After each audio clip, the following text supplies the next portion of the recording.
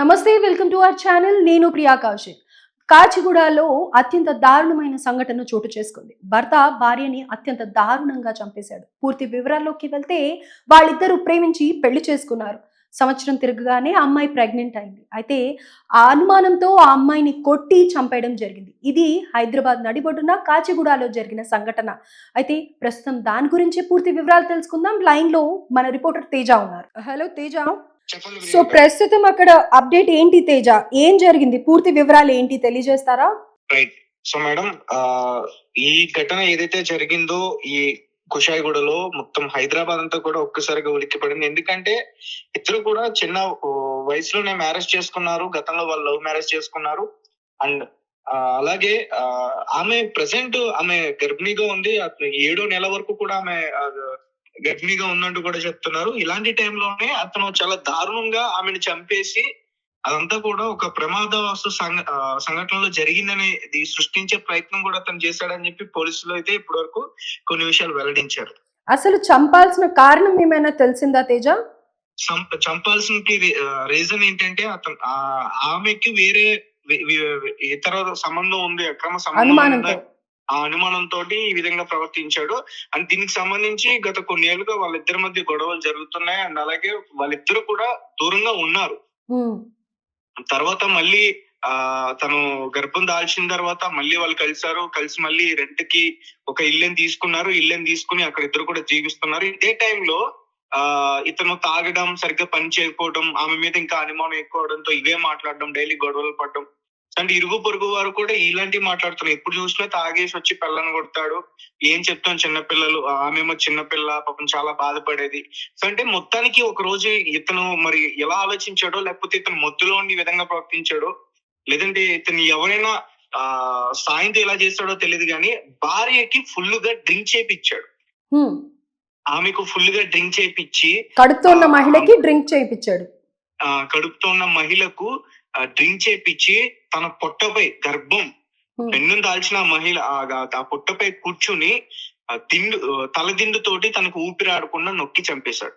దాని తర్వాత ఇదంతా కూడా ఒక గ్యాస్ లీక్ అయిపోయింది, గ్యాస్ లీక్ అయిపోయి చనిపోయినట్టు సృష్టించడానికి కిచెన్ లో ఉన్న గ్యాస్ బండని తీసుకొచ్చి ఆ వైర్ అదంతా కూడా ఆ బెడ్రూమ్ ఎక్కడైతే ఆమె చనిపోయిందో అక్కడ దాన్ని అట్లా పెట్టి, అంటే ఇదంతా కూడా ఆమె ప్రమాదవశాత్తు చనిపోయింది అనేది సృష్టించడానికి, తన మీదికి రాకుండా అమ్మాయి గ్యాస్ లీకేజ్ లో చనిపోయింది అని చూపించే ప్రయత్నం గ్యాస్ చేశాడు. లీక్ అంతా ఇప్పేసి ఒక అగ్గిపుల్ల అక్కడ వేసేసి అక్కడి నుంచి వెళ్ళిపోయాడు. సో అంటే అక్కడి నుంచి అతను వెళ్ళిన తర్వాత అక్కడ ఏమైందంటే అందులో గ్యాస్ లేదు, అది ఇతను అబ్జర్వ్ చేయలేదు. అబ్జర్వ్ చేస్తుంటే అతను వేరే విధంగా మరి ఆ బాడీని అసలు దొరకకుండా చేసేవాడేమో.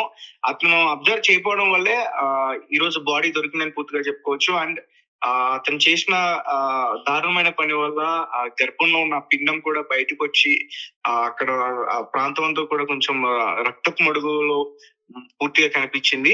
అయితే ఇది 18వ తారీఖున జరిగినట్లయితే పోలీసులు గుర్తించారు. ఇప్పటి వరకు స్థానికులు కూడా అదే విషయాన్ని చెప్తున్నారు.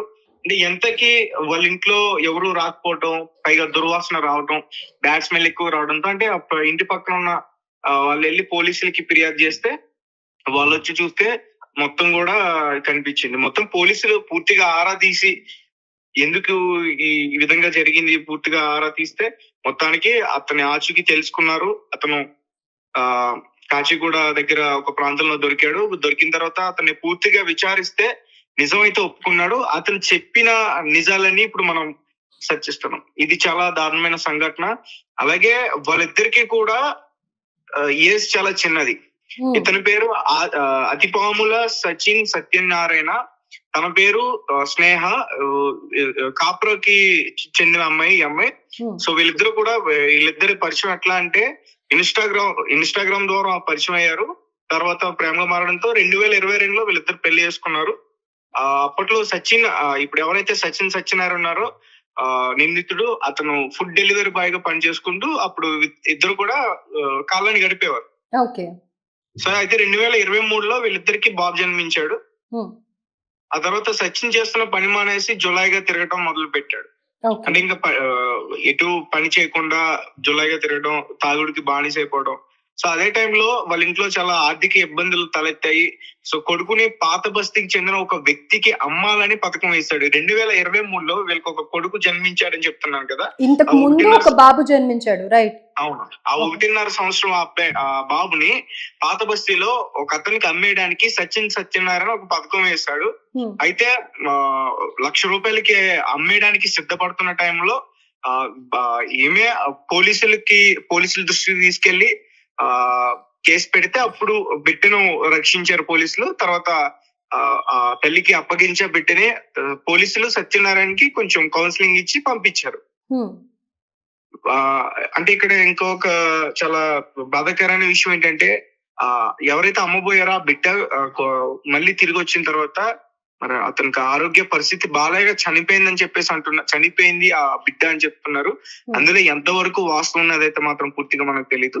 సో అంటే అనారోగ్యంతో అతను చనిపోయాడు అనేది కొంతమంది చెప్తున్నారు.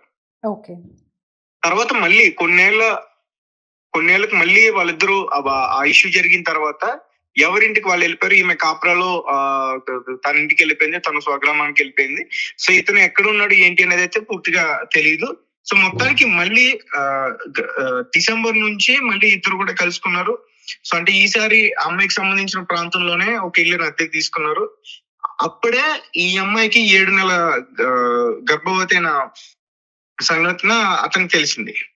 దూరంగా ఉంటున్నారు. సో గర్భం ఎలా దాల్చింది అన్న అనుమానంతోనే ఈ హత్య చేయడానికి పాల్పడ్డాడు అని అంటారు. అవును. అసలు నువ్వు గర్భం ఎలా దాల్చావు, నీతో నేను లేను కదా, ఈ గర్భం ఎవరిది అంటే రకరకాల మాటలు, నువ్వు ఎవరితో తిరిగావు, నువ్వు ఎవరితో పడుకున్నావు అని చాలా బాధాకరమైన మాటలు మాట్లాడి తనని ఇబ్బంది పెట్టి జనవరి 15 రాత్రి ఆ భార్యకు ఫుల్ గా మద్యం తాగించాడు. మరుసటి రోజు అంటే తెల్లవారితే 16వ తేదీ 5 గంటల సమయంలో కడుపుపై కూర్చుని తన దిండు ముఖంపై పెట్టి ఊపిరాడకుండా తనని చంపేశాడు. అంటే తన కడుపు మీద కూర్చోవడంతో ఆ బరువుకి లోపల ఉన్న పిండం కూడా చనిపోయింది. అప్పుడే స్పాట్ లోనే చనిపోయింది. తర్వాత పిండం కూడా బయటకు వచ్చింది అనేది కూడా చెప్తున్నారు పోలీసులు. సో ప్రస్తుతం అయితే అతన్ని పోలీసులు అదుపులోకి తీసుకున్నారు. అంటే ఇంకా ఇతను ఒక్కడే చేశాడా, ఇతనితో పాటు ఇంకెవరన్నా ఇతనికి సహాయపడ్డారా? సో అంటే మద్యం తాగించితే, అంటే బలవంతంగా మద్యం తాగిస్తే ఖచ్చితంగా అంటే ఎటువంటి కేకలు వేసినా లేకపోతే ఎటువంటి గొడవ జరిగినా పక్క వారికి ఖచ్చితంగా వినిపించే అవకాశం ఉంది. బట్ అటువంటి ఏమీ జరగలేదు. అంటే కొంచెం అనుమానం రేకిస్తుంది. ఎందుకంటే తను వేరే వాళ్ళ సహాయంతో చేశాడనే ఒక చిన్న అనుమానం అయితే ఉంది. అతనైతే పట్టుకున్నారు పోలీసులు కాచిగూడలో. అతనికి ఎవరైనా సహకరిస్తే అతను కూడా మరి త్వరలో పట్టుకుంటాం అని కూడా చెప్తున్నారు. ప్రస్తుతానికైతే అతన్ని రిమాండ్ కి పంపించారు. రైట్ తేజ. సో విన్నారు కదా, అత్యంత దారుణంగా భార్య మీద అనుమానంతో కాల్తో తొక్కి ఆవిడ మీద ఎగిరి దూకి కూర్చుని ఆ పిండం బయటికి వచ్చేలాగా ప్రవర్తించి మొత్తానికి ఆవిడని ఆ స్నేహ అనే అమ్మాయిని హత్య చేశాడు. సచిన్ గతంలో కూడా చూసుకున్నట్టయితే చుట్టుపక్కల వాళ్ళు చెప్పిన దాని ప్రకారం అబ్బాయి క్యారెక్టర్ ఎప్పుడు తాగి రావడం, ఇంట్లో గొడవ పడడం ఇలాంటివి చూస్తూ వస్తూ ఉన్నాము అని అనేసి, అది కూడా ఇది 18న జరిగితే ఇప్పుడు ఆలస్యంగా ఇది వెలుగులోకి వచ్చింది అనుకోవచ్చు. చుట్టుపక్కల వాళ్ళు గమనించి ఇంట్లో నుంచి దుర్వాసన రావడం మూలాన ఏమై ఉంటుందో అని చెప్పి పోలీస్ కంప్లైంట్ ఇవ్వడం వల్ల, పోలీసులు వచ్చి చూడటం వల్ల ఇంట్లో దారుణమైన సిచ్యువేషన్ కనిపించింది. సో ప్రస్తుతం పోలీసులు అయితే సచిన్ ని అదుపులోకి తీసుకున్నారు. ఇద్దరు కూడా హైదరాబాద్ వాసులుగానే చెప్పవచ్చు. కాప్రాలో స్నేహ ఉంటుంది, కాచిగూడలోని నివాసం ఉంటున్న సచిన్. సో వీళ్ళిద్దరిది ఇన్స్టాగ్రామ్ ప్రేమ. ఇవాళ రేపు ఇన్స్టాగ్రామ్ లో ప్రేమలు ఎక్కువైపోతున్నాయి. ఆ మనిషి ఏంటి, అవతల వ్యక్తి ఏంటి అనేది తెలియకుండానే అతి చిన్న వయసులోనే, వీళ్ళ వయసు కూడా చాలా చిన్నదిగా చెప్తూ ఉన్నారు. పెళ్ళై కూడా 2022లో పెళ్ళైంది.